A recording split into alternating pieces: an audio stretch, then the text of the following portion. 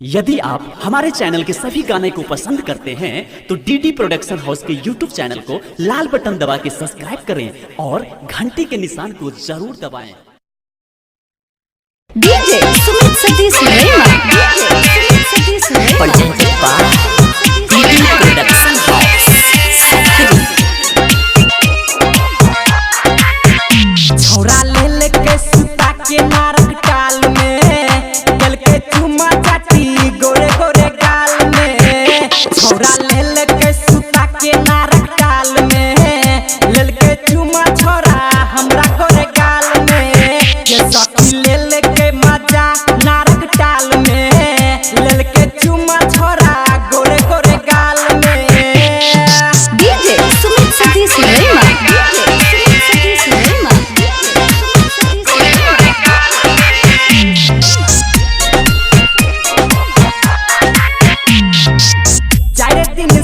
हमरा पीछा पड़ल, 4 दिन से हमरा पीछा पड़ल, 4 दिन से हमरा पीछा पड़ल। दिन रात रहे छोरा नजर में गड़ल,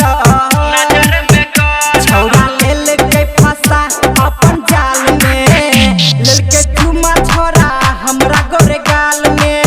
ये सखी लेल के मजा नारक टाल में लेल के चुमा छोरा गोरे गोरे गाल में।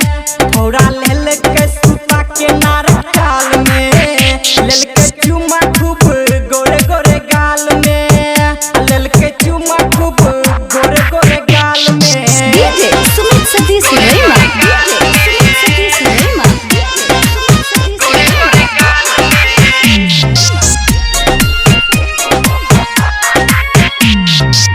केल के जवानी के छोरा दुर्दासा, केल के जवानी के छोरा दुर्दासा, हो केल के जवानी के छोरा दुर्दासा। मन भर मजा लेल के खिया के बतासा, देख लेल के जितेंद्रा बुरा हाल में खूबे चुमा लेल के गोरे गोरे गाल में। छोरा लेल के सुता के नारक टाल में खूबे चुमा लेल के गोरे गोरे गाल में। छोरा लेल के सुता के नारक टाल में खूबे चुमा लेल के गोरे गोरे गाल में ता खूब चुमा लेल के गोरे गोरे गाल में। छोरा लेल के सुता के नारक टाल में गल के चुमा चाटी गोरे गोरे गाल में। छोरा लेल के सुता के नारक टाल में लेल के चुमा छोरा हमरा गोरे गाल में।